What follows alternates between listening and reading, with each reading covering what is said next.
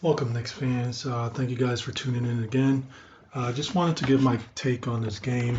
The Knicks played against the Cavs. It was kind of a tough game to watch.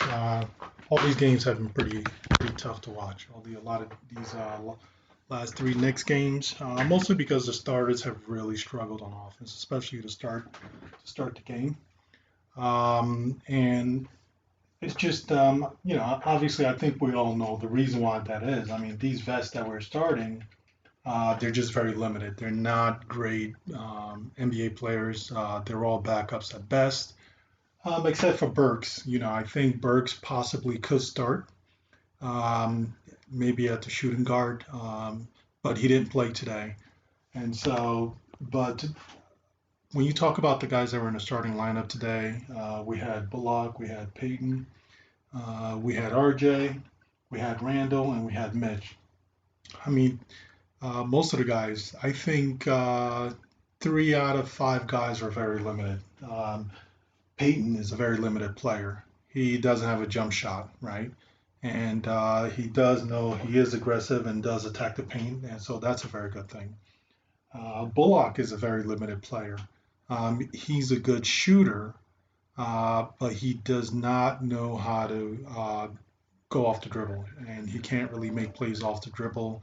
He seems very uncomfortable when he goes off the dribble. I mean, it seems like he has a serviceable handle, but unfortunately, he just seems very comfortable when he's going off the dribble. And of course, you have Mitch. Mitch can't really do anything but basically dive to the basket and catch lobs. And so if the ball isn't basically right next to the rim, Mitch is probably not going to be able to score. He is a great defender. We definitely can give him that. He needs a lot. He needs to do a lot of work on his offense in the off season to get much better. Since we have all these new coaches and trainers, maybe we may see some improvements from Mitch this year. One of the good things was there was a play where he actually he got a handoff and he saw a chance to kind of make a move to the basket and he took like one dribble and tried to do a right-handed layup, scoop layup, but it didn't work. Obviously he missed a shot, but I was happy that he actually attempted a move, so that was definitely a good thing. But going back to my original point, we've struggled mightily because it's just uh, the starters. A lot of these guys are just extremely limited.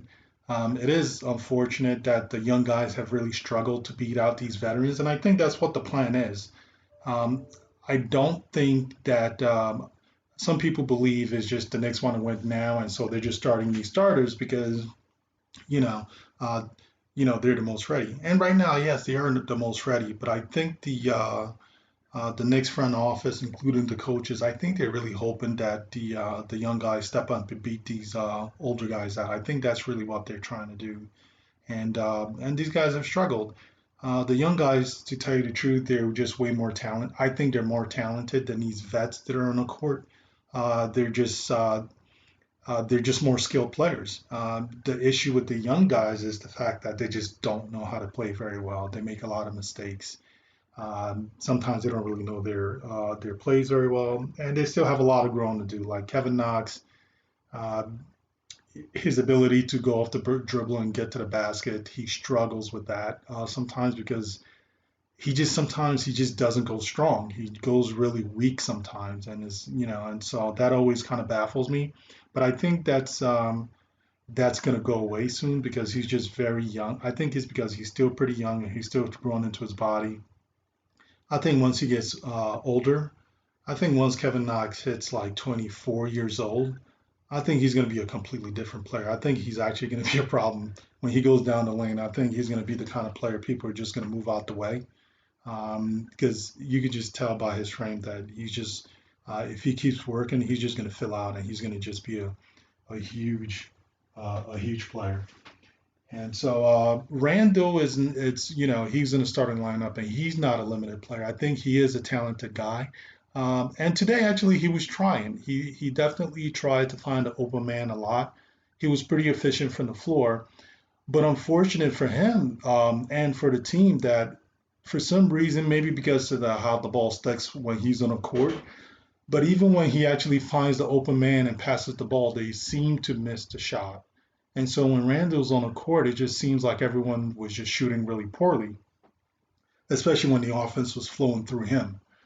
And so you just that's just kind of what I took away from the game because as the game went on, especially late in the fourth quarter, you noticed that the guys when Randall wasn't there, when it was just all the young guys, they seem to be playing really great.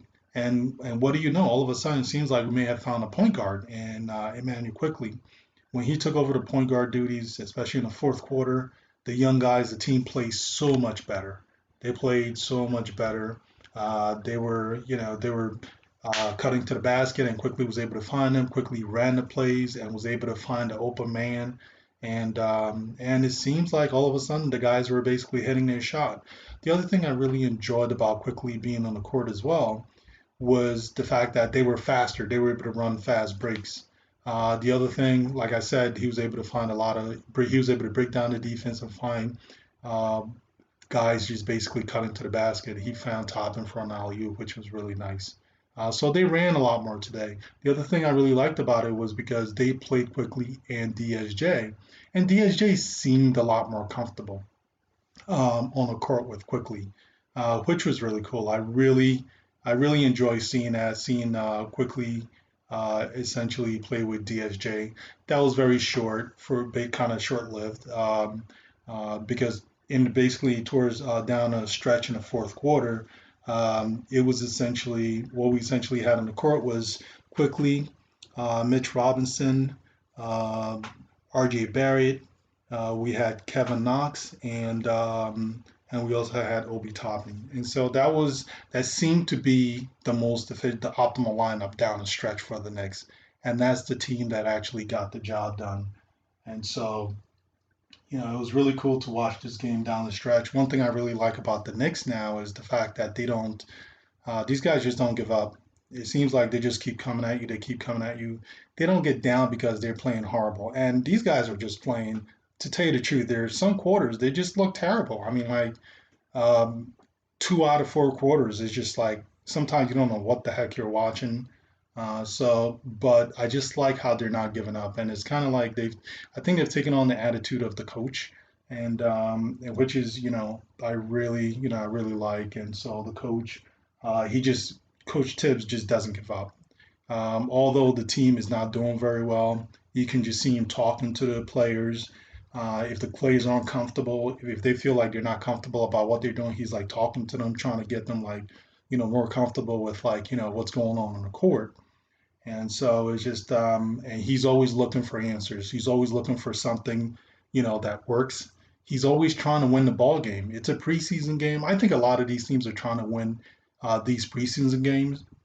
But in my opinion, Tibbs is really trying extra hard to win these games, and that is very important because these guys is kind of like it flows through the guys, and these guys understand. Although it's a preseason, you still got to play hard, and you still got to like win every game. Winning is a mentality, is about being uh, basically being disciplined, doing what you have to do, and being tough-minded, and just trying. Is You just have to always keep trying. And so that was really great to see. That was something that was really good to see about these guys. Um, so with all that said, we kind of have to keep everything in perspective.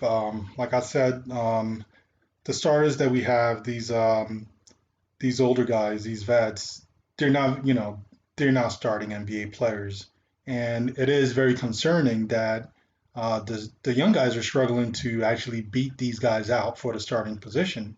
And I think a lot of it is just learning how to play the game, studying, making sure they watch the tape, they really understand what they have to do. So I think that's, it's been a struggle for them. And so that has been concerning. The other thing that was concerning because this is the Cleveland Cavaliers, this is not a very good team. Cleveland Cavaliers is not a very good team. They had a lot of people that didn't play today as well. And although we had some players that didn't play, but we had, really good players. At least some of our best players, were playing today. A lot of our best, what we consider to be our most talented players were on the court today. And so it was a little unfortunate and to see them struggle the way they did. But hey, it's an NBA game. The Cavs are going to fight, and Isaac Okoro looked pretty good. He looks like he's going to be a solid player. Uh, Everyone talked about him being able to shoot, and it doesn't seem like he has an issue shooting the ball. And so he's actually been shooting really well, not just from the field, but also from the field.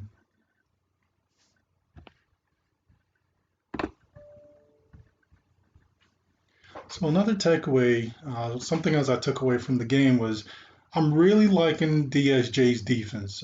He's really picked it up on the defensive end. He's playing much better defense, especially on the ball. He made it really difficult for the Cavs point guards. I mean, some of these guys aren't that great, but he still made it really tough for them, and it's becoming a mindset for him. He's actually trying a lot more on the defensive end, which is really good to see. Randall as well has been trying a lot more on the defensive end, especially when he's on the ball. Sometimes he gets a little lost, but he was much better today.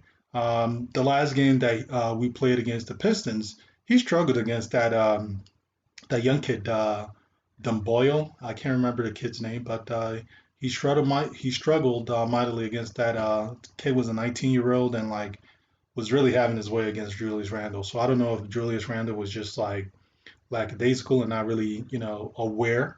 But he definitely got taken advantage of by a 19-year-old during the last game, and also by Blake Griffin. Um, but this game, he seemed to be, he was better. I have a feeling he was challenged by the coach, and they probably challenged him. Probably told him like, his defense was not, it wasn't like, acceptable, especially that Pistons game, because actually he set the tone for that Pistons game for our bad defense early on, because there's quite a few missed assignments with him, especially on the pick and roll with Blake Griffin when the game began, and that could be disheartening, when you have your best player who just doesn't, do his job. But he did a better job this game. He wasn't on the floor down the stretch. Like I said, it was the young guys that finished it out and that ended up coming back. And I also hear Mitchell Robinson have been playing really hard in practice. So hopefully some of these guys are going to be able to beat some of these old guys out. Because honestly, I can't see. I'm just really tired of seeing Alfred Payton. I think he's a very good backup, and he's a very good defender. He's a very good backup point guard. I really like him a lot, but he should not be starting. I'm just really praying and hoping these good young guys just beat him out of this point guard position. And I don't agree with a lot of guys that are saying like, just play the young guys. I kind of agree with what Tibbs is doing right now, where these guys just have to beat them out, and and the process in beating out these older guys is basically by studying, making sure you know what you have to do, and playing well in practice. And so if you can do that, then it shows that you're ready for the real game. But if you just put these guys in and they don't know what they're doing on the court, and they're missing their assignments, they're not studying, then it's going to be the team is not going to win, and they're going to play really bad. And so I think this is the right move. I think Tibbs is doing a good job with how he's bringing these guys up. Like I said, we're still struggling with the shooting, but I think with the young guys is going to be when the young guys are playing, I think the shooting is going to be a lot much better, because the young guys, I feel they're a lot more talented, and the game just comes a lot easier for those young guys. And so, um, I just, hopefully, I'm really praying, and I'm really praying, and hopefully these kids do beat out these starters soon, and they start showing something, and like especially in practice, so they can so the Knicks can have a better shot, because it's very difficult to watch these starters when they start the game. All right, thank you guys for watching. I hope you guys can like and subscribe, and I'll talk to you guys again soon.